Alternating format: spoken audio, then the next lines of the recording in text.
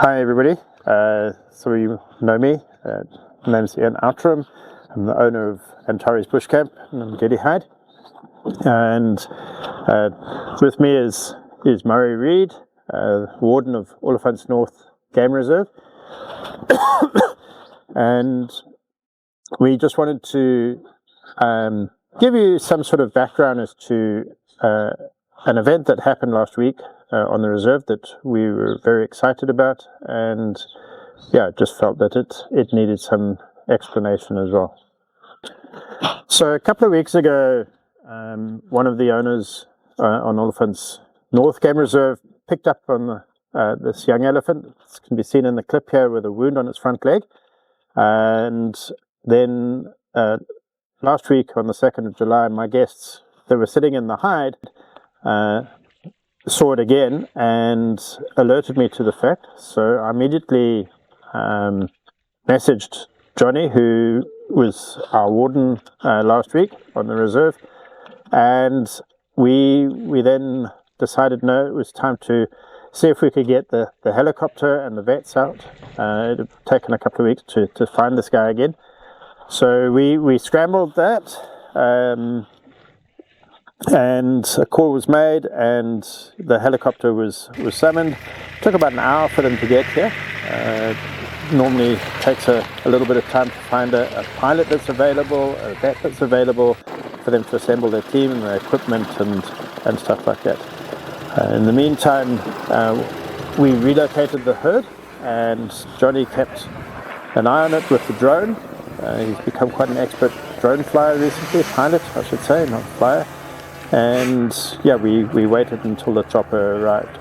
Yeah, so on the subject of the drones and that is true. We, the usage of the drones and that now, it's they've become a godsend for us in terms of doing a lot of the work that would have been done on foot and at risk, both to your reserve staff, and obviously the risk is then on the animal. Walking in to get confirmation on this particular elephant would have involved having to go in on foot and putting other elephants at risk. If there was a serious charge, you would end up losing elephants whilst you're trying to assist with them. So the drones become a huge part of this, and it's not just on injured animals. It's when we suspect anything unusual. We can now go out at night, follow up on injuries and all sorts of things using the thermal capability of these drones. So whilst we have these amazing pieces of equipment, we are building on the reserve, trying to build a network of these that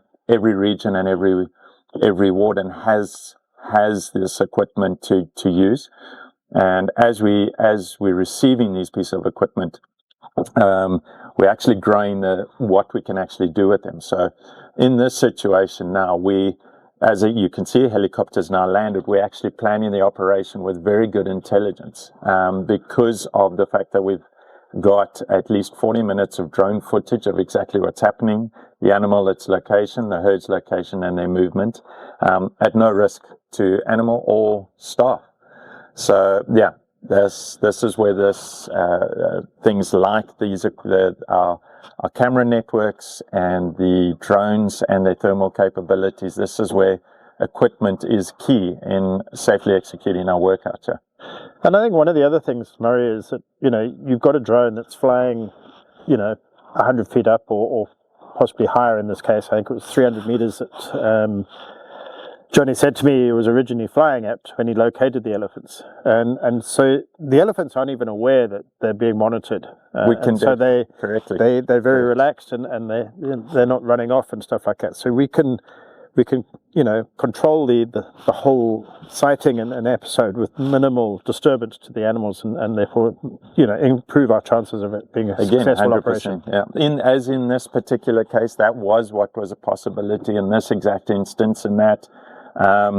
If I'm not mistaken, at least 30 of those 40 minutes, the elephants remained in the position they were in. It was the warm part of the day, and they were settled, which meant minimal stress. Chopper's arrival, we know they'll move, but the chopper then on its approach in, we could give them an exact location of the herd, and they had eyes on and a direction of movement. It just does slipstream costs and minimizes at what we're trying to do the whole time, minimize stress to the animal and risk to staff. So at this point here, at the chopper, again, we've got good intelligence now with the combination of drone footage and the flyover from the chopper. In the helicopter, you've got Richard Harvey with a lot of experience with elephants in this scenario, and the chopper pilot, Jana Meyer, who also a huge factor in the success of these operations is their skill levels. I think you might have mentioned it, Ian, in our discussion before, is you'll see in the footage that comes in, the position of this calf that it drops down is within meters of a road. That's very few people can do, and to do that at the same time as keeping the rest of the herd off of us while we were trying to execute this operation. It's not a natural thing for elephants to leave a calf on the ground. So the assembly, Jana also, again, not even knowing the area, made a call as to the right road to approach on. So we did have to swing around and change direction and change our approach so we could approach safely. And kept us in position while she did all the heavy lifting and got that calf.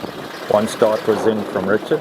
The call's made, we ran a stopwatch because as you generally know the amount of time it takes for the calf to go down. And then once it's close to the drugs taking full effect, that's when Jana lowers the chopper and starts to do the full maneuvering. And we stand by and wait, and then we get the call to go in. So again, two big factors in all of this: equipment, but also skill, and years and years and years of experience. And that's, when it looks simple, it simply means that the people doing it really know what they're doing. Yeah, and I think, Jana did an amazing job that day. It was really, really important, like you said, she's keeping the rest of the herd away. Obviously myself and you were on foot with firearms as well, just to make sure, that there was somebody on the ground who could protect and keep the team safe. And Jana was doing that from the air as well, making sure that the elephants were, kept to the relatively safe distance. And in fact, they never really got too close to where the team was working. And it's important that Richard and his team are able to focus on what they're doing and not have to be looking over their shoulders the whole time and stuff. And that's where obviously teamwork is so important in situations like this. Yeah, and communication becomes key here as well. So there you go. Jana's actually dropped off the vet. Richard's just ensuring everything is all right. In the operation, we normally have a qualified vet in the vehicle with us, because when the animal hits the ground, you need to ensure breathing is stable, so the trunk is not blocked, and that they're not landing in a bad position. Here there's our veterinary assistant on the ground. Richard then takes over and gets the elephant in the correct position in order for them to work on that wound. And as you say, that's where the chopper's now circling the area, ensuring that the rest of the herd is kept away, and then Richard and his ground crew can carry on with what's required, rolling the elephant into a better position and treatment of the wound. Amazing opportunity for guests and people on the reserve to get involved in something like this. It's not something that is a standard procedure by any means, and obviously you need to roll that elephant over to be able to access the affected limb and stuff, and so you can work without impediment. And it's amazing how many hands make light work and how easily that elephant seemed to roll over in the end. But absolutely perfectly. Might not seem like it, but there's quite a bit of technique into that. Yeah, you can see the way he repositioned that one rope underneath the back leg. It's just, I guess, it talks to making sure the right angles and stuff are there. And I think, once he starts investigating in the wound and stuff, it's a pretty deep wound, and it's obviously been there for at least 2 weeks, if not longer. Correct. So there's a certain amount of necrosis that will have happened, and and a bit of decay and stuff. And so you've got to get in there and, hopefully in this case it was just a small piece of wire that was left in the wound. The rest seemed to have fallen out. But you've got to remove that first and then start cleaning and stuff. And putting in the antibiotics and I think you said it was peroxide that they used to clean it all out with and stuff. Must hurt like hell to that poor animal. Thankfully it was knocked out. But it's amazing. You see how deep their hands go inside that wound. It makes you realize just how deep a wound it really was. Correct. And leads to what we're saying, the ability of these animals to manage these kinds of injuries. I mean, that elephant was mobile. There's no ways we can make a call it would have survived without any long-term impact with this wound, but what we've done now is just ensure that you won't get your major concerns here is the bacterial infection, and obviously that wound will heal correctly and that you've removed all your foreign material. That's where that assistant vet is actually removing pieces of wire deep into those wounds. You can imagine there's no ways you could work on that on a conscious animal, and just would be obviously even on an unconscious animal you can't help but feel for it. And you've got to get that peroxide and the disinfectant deep into those wound channels, and that to ensure that those wounds stay clean. So it's again, the whole time this was happening, I think you and I were quite conscious. We weren't watching the wound cleaning happening. We were quite conscious on the ground there of the we had at least one, it sounded like potentially 2 or 3 what we believe females that were circling around this calf in quite thick bush and did not want to leave it, which is normal and expected elephant behavior. But while this is happening and there's movement and that, the rest of the herd are very concerned. So that's where speed becomes an issue here, and you'll see that the guys are working kind of quickly with everything there. And at one point it looked like those elephants that were doing the circles around us might actually break and get the bravery to charge on the team on the ground. But once Yana got a chopper going again, I think the sound of the chopper forced them back into the bush. But the whole time this is happening, that herd is not leaving the area, and it's a very strong thing with elephants. They tend not to leave any one of their downed members of that herd. They actually will do quite a lot to go and rescue that little guy. No, it was amazing, and you say this. A little bit nerve-wracking, hoping that they weren't going to break cover, but thankfully they didn't, and they tended to move off, and so we could relax a little bit. But I think once all of that was over, it was a case of reversing the drugs and things. Richard moved in and did the reversal on the elephant. And it's something that amazes me all the time, is just how quickly these animals recover from being knocked out cold. And, it's like, they stand up and they're a little bit drunk, but it was like, what on earth happened, and I'm standing there and whatever, but it doesn't take too long for them to get back up on their feet and start moving again.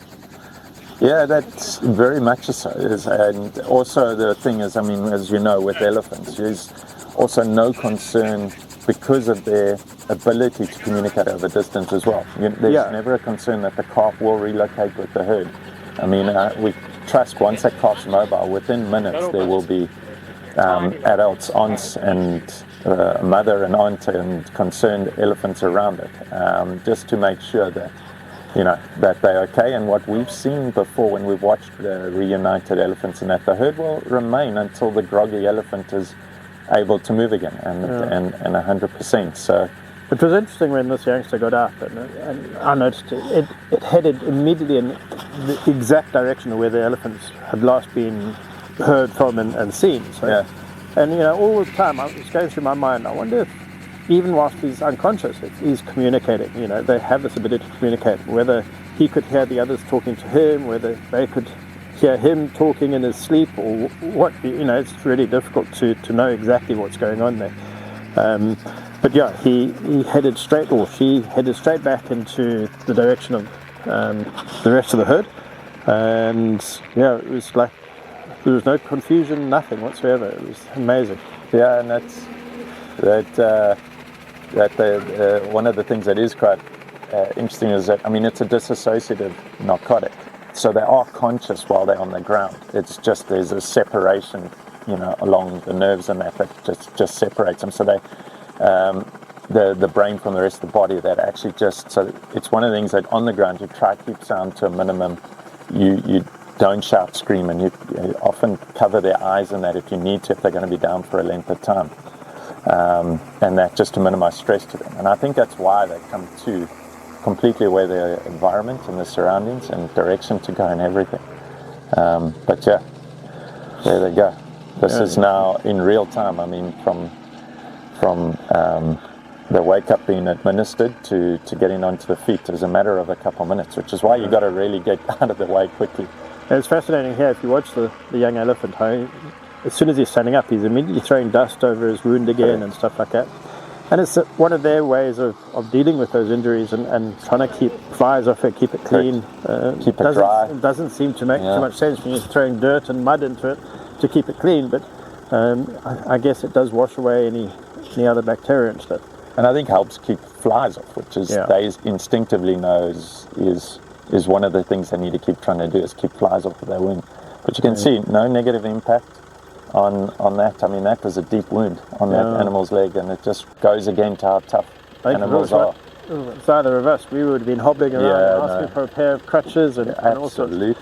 Absolutely. And I mean, you and I have seen, we've discussed it before, we've seen incidents where we've got lions that survive on 3 legs, wild dogs, we've had them on the reserve on 3 legs, hyenas on 3 legs.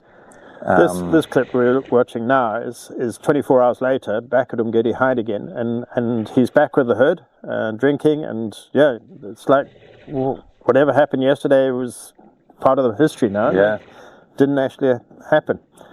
So guys, it's an amazing story. I hope you've enjoyed watching it. It's something that Balule Nature Reserve gets involved in a lot. They have what they call BCAP, which is Conservation and Anti-Poaching Trust, and they do a lot of very important work in looking after the animals on the reserve and just trying to protect the endangered species that we have here. And all of that takes a huge amount of money. It takes a lot of expensive equipment. It takes a dedicated staff and stuff. And we're really proud of the team that we've got on Balule. They're really dedicated. This particular incident, there's an organization called GCAP, and they covered the veterinary bills. The helicopter bills, I'm sure, is going to have to be covered by BCAP eventually.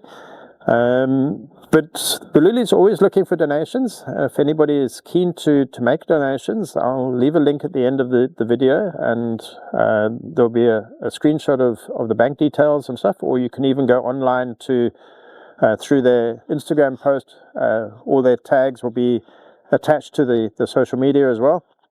And you can just donate online very easily and stuff. So yeah, anything that you can do will be very welcome and appreciated by everybody on the ground, because it makes their life much easier to operate, and at the end of the day it's the animals that benefit more than anything else. But yeah, hopefully you enjoyed this. If you like what you saw, maybe just follow Balule Nature Reserve, and keep abreast of any future recordings as well.